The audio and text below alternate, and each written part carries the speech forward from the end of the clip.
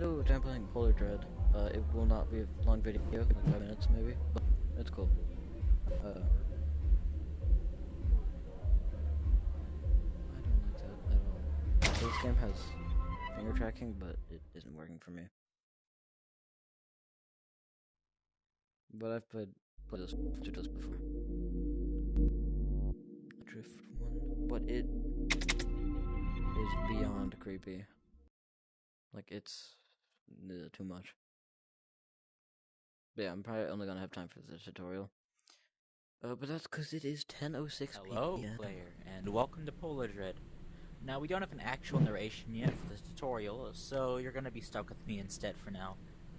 So the first thing I want to introduce you to is the basic mechanics of the game, because it's going to get a little complex in the later nights of the game, and you have to know how to manage everything in the room. Like I think a good place to start would be your door controls. So, if you look down to the right of the room, you should see a door that has some fairy lights at the top of it. This is going to be your main office entrance, and this is how a lot of the enemies are going to try to get into your room.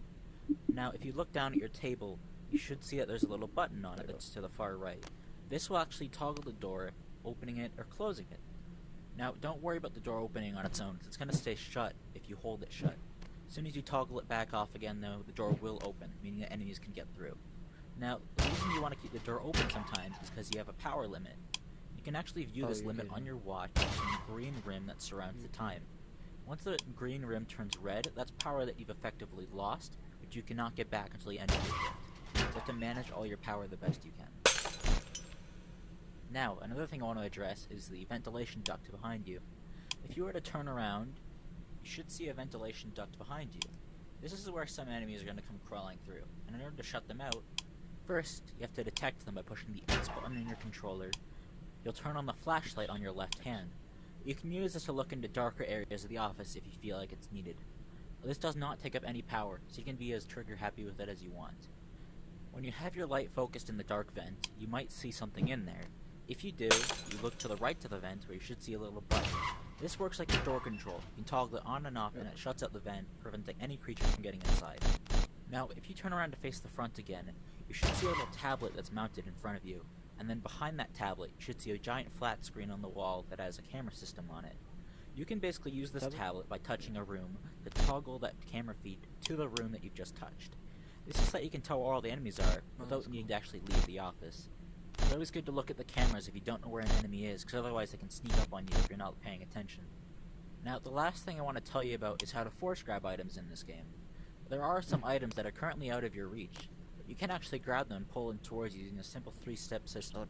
First off, reach your hand towards whatever object you want to grab, and if it has a blue highlight, you're doing it correctly. And then, make a fist by squeezing either the trigger or the grip button. And then, once you have it locked in, swing your arm backwards and it'll come flying towards you, where you can then catch it out of the air. You'll require some more items during the later nights of the game, so you want to make sure you're able to reach as many of them as you possibly can during the spare time that you have between encounters. That's all for now, though. So I'll just let you win the game.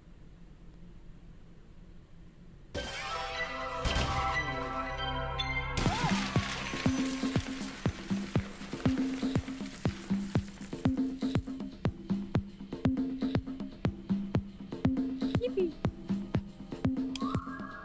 Pretty dang long level and cool though. Yeah, this is all the time I have. Sorry, this is a really short video because I have to go somewhere over the weekend. I had to make a whole lot of videos today. Thank you for watching, as always, and goodbye. Boogly boogly.